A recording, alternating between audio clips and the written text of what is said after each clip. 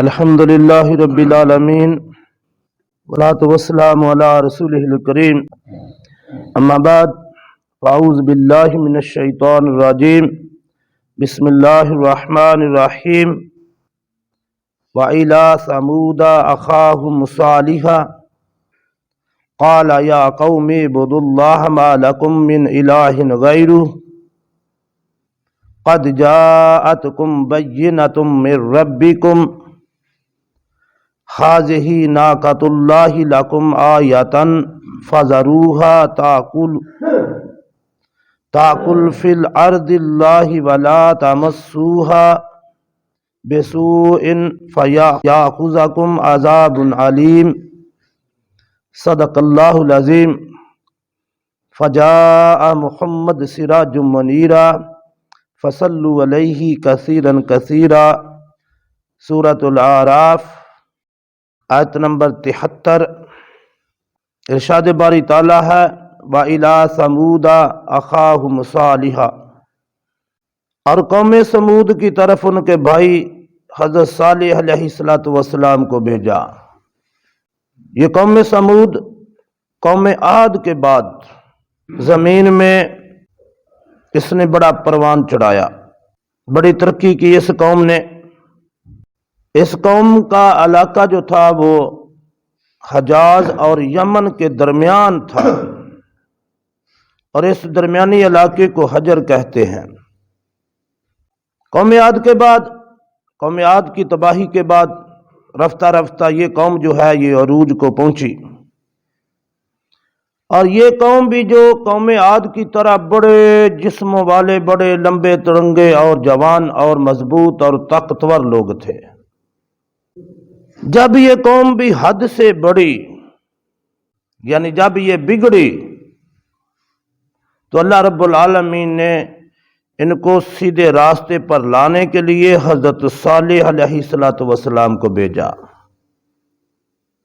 انہوں نے آ کر یہ کہا قال یا قوم اعبدوا اللہ ما لکم من الہ غیرہ، او میری قوم اللہ کی عبادت کرو، اس کے سوا تمہارا کوئی بھی معبود نہیں ہے، کوئی بھی اس کے علاوہ عبادت کے لائق نہیں، صرف وہ ایک ہی اللہ، وہی عبادت کے لائق ہے، کسی دوسرے کی عبادت نہیں۔ یہ قوم بھی بت پرستی میں اور دیگر خرافات میں کھو گئی۔ قد جاءتکم بینۃ من ربکم، یقیناً تمہارے پروردگار کی طرف سے واضح نشانی اور دلیل بھی آ چکی۔ اس قوم نے مذاق اڑایا اور کہا اگر تو نبی ہی ہے تو ہماری آنکھوں کے سامنے اس پہاڑ سے ایک اونٹنی نکلے اور وہ ہماری آنکھوں کے سامنے ہی اپنے جیسا، اپنے جتنا بڑا بچہ پیدا کرے تو ہم آپ کو نبی مان لیں گے۔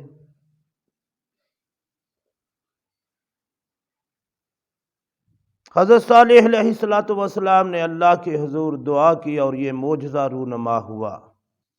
قوم کی آنکھوں کے سامنے ہی ایک پہاڑ کے اندر سے اونٹنی نکلی،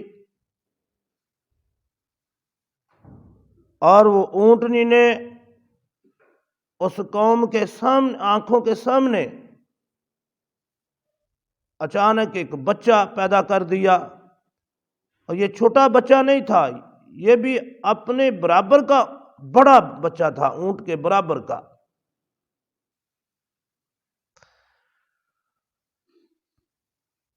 لیکن قوم کہاں ماننے والی؟ جب قومیں بگڑتی ہیں تو پھر کوئی تبلیغ، کوئی چیز اثر نہیں کرتی۔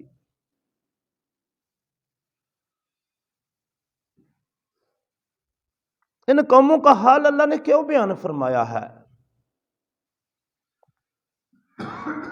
یہ میرے تمہارے لیے مثال کے طور پر اللہ نے بیان فرمایا ہے کہ دیکھو، سمجھو، تم سے زیادہ طاقتور قومیں دنیا میں آئیں، بڑے بڑے جوان اور بڑے بڑی طاقتوں اور قوتوں والی قومیں آئیں، لیکن جب وہ اللہ کے حکم سے باہر نکلیں، اللہ کے حکموں کو ٹھکرایا، اللہ کی باتوں کو نہ مانا، تو پھر ان کا انجام کیا ہوا دیکھ لو۔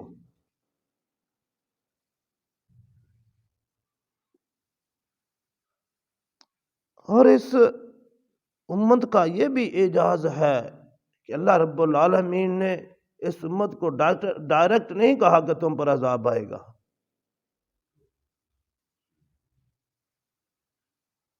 بلکہ دوسری قوموں کی مثالیں دے دے کر اس کو سمجھایا ہے۔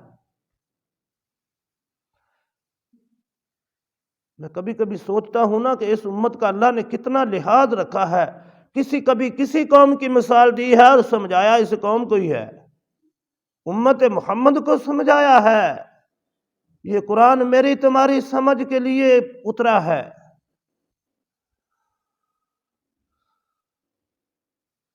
لیکن مثال کسی دوسری قوم کی دی، واقعہ کسی دوسری قوم کا بیان کر دیا اور سمجھایا اسے ہے اشارتاً۔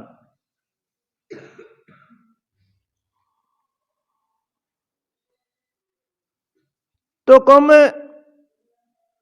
سمود جو تھی، اس کو حضرت صالح علیہ السلام نے معجزہ دکھایا۔ معجزہ بھی سمجھ لیں، معجزہ کسے کہتے ہیں؟ اللہ رب العالمین اپنے ہی بنائے ہوئے قانون اور ضابطے کو جب توڑتے ہیں تو وہ معجزہ رونما ہوتا ہے۔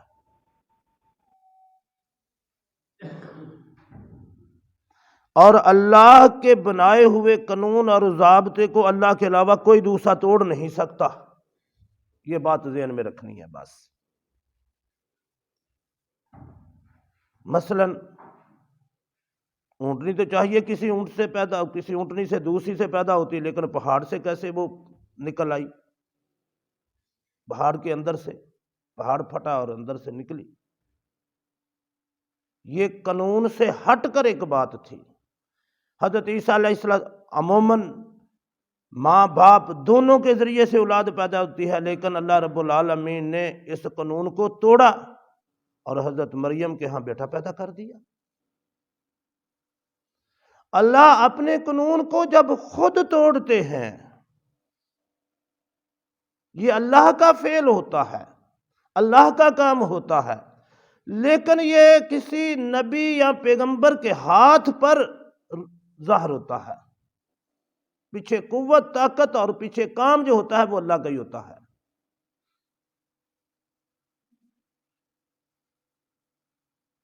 اور اگر کسی غیر نبی کے ہاتھ پر یہ چیز ظاہر ہو تو اس کو کرامت کہتے ہیں، لیکن کرامت معجزہ جو ہوتا ہے وہ ہر لحاظ سے برحق ہوتا ہے، اس میں کوئی شک و شبہ نہیں ہوتا، کیونکہ نبی اللہ کی طرف سے منتخب شدہ افراد ہوتے ہیں۔ لیکن جب اگر کسی کے ہاتھ پر کرامت ظاہر ہوگی تو اسے ہم شریعت پر پرکھیں گے، اگر وہ شریعت کے اصولوں کے مطابق ہے تو قبول ہے، ورنہ رد ہے۔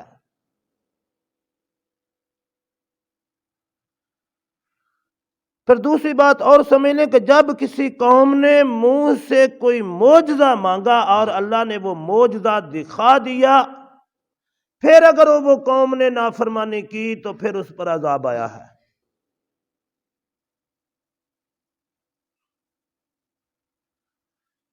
جب اونٹنی وہ ظاہر ہوئی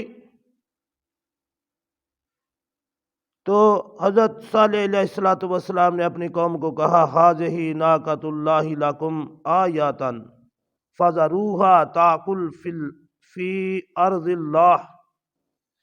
دیکھو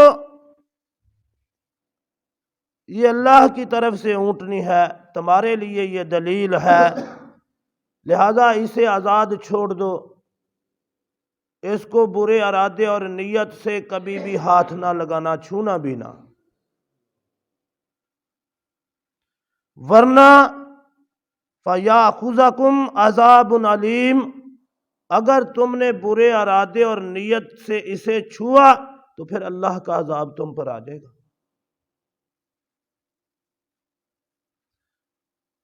یہ اونٹنی کیا تھی؟ اللہ کی طرف سے ایک بہت بڑی رحمت تھی، جب چاہتا جو چاہتا اس سے دودھ نکال لیتا، ایک نے نکالا دوسرا نکال سکتا تھا، تیسرا، اس کا دودھ ختم ہی نہیں ہوتا تھا۔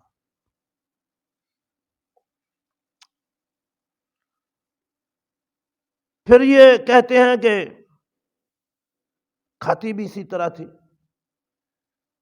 جس نے اتنا دودھ دینا ہے کھانا پینا بھی تو اس کا ایسا ہی ہے۔ پھر اس قوم میں سے جب انہوں نے دیکھا کہ تو یہ تو سارا پانی بھی پی جاتی ہے اور چارہ بھی بہت زیادہ کھا جاتی ہے، ہمارے جانوروں کے لیے بہت کم بچتا ہے، تو پھر اسی قوم نے صلاح مشورہ کر کے، باہمی صلاح مشورہ کر کے ایک بدبخت کو کھڑا کیا کہ اس کی ٹانگیں کاٹ دو، اس کی کونچیں کاٹ دو اونٹنی کی۔ اس نے ایسا ہی کیا جب، تو پھر اللہ کا عذاب ان پر آیا۔ یہ دوہرا جرم کر دیا، ایک تو وہ اللہ کی بات نہیں مانتے تھے، دوسرا اللہ نے وارننگ دے دی تھی کہ دیکھو تم ایمان تو پھر بھی نہیں لائے، اللہ بہت کم لوگ ایمان لائے ہیں معجزہ بھی دے کر، تم کو منہ مانگا معجزہ بھی ملا ہے، پھر بھی تم نے ایمان نہیں قبول کیا۔ تو اب اس اونٹنی کو بری نیت سے ہاتھ نہیں لگانا، اس کا دودھ پی سکتے ہو، اس سے فائدہ لے سکتے ہو، لیکن اس کو بری نیت سے چھونا نہیں ہے۔ اللہ کو پتا تھا کہ یہ ان کا جو ارادے ہیں، اللہ کو پتا تھا کہ یہ اونٹنی کو اس کی ٹانگیں کاٹیں گے، اللہ کو سب پتا تھا، پہلے ہی پتا ہوتا ہے، اللہ تو عالم ہے، وہ جانتا ہے، وہ اربوں سال بعد میں جو واقعہ ہونے والا ہے وہ تو اس کو بھی جانتا ہے۔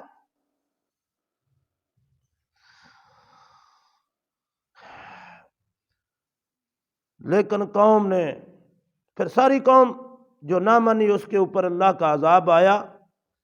سوال یہاں یہ پیدا ہوتا ہے کہ ایک بندے نے وہ کونچیں کاٹی تھی، عذاب ساری قوم پر کیوں آیا؟ تو اس کام کے مشورے میں ساری قوم شامل تھی، اس لیے ساری قوم پر عذاب آیا۔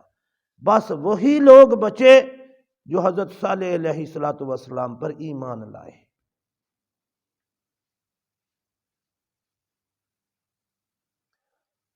ہم نے بھی کلمہ پڑھا ہے، ہم بھی اپنے گریبان میں جھانک کر دیکھیں،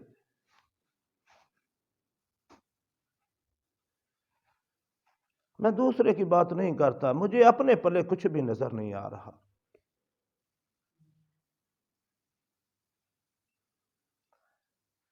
نمازوں میں ہماری کوتاہیاں ہیں، بلکہ پڑھتے ہی نہیں ہیں۔ باقی معاملات زندگی کے سارے دیکھ لیں، دین کتنا شامل ہے، دین پر کتنا عمل کر رہے ہیں، کچھ بھی نہیں ہے۔ یہ سارے واقعات اللہ کیوں بیان کر رہے ہیں؟ میرے تمہارے لیے ہیں کہ ہم سمجھ جائیں۔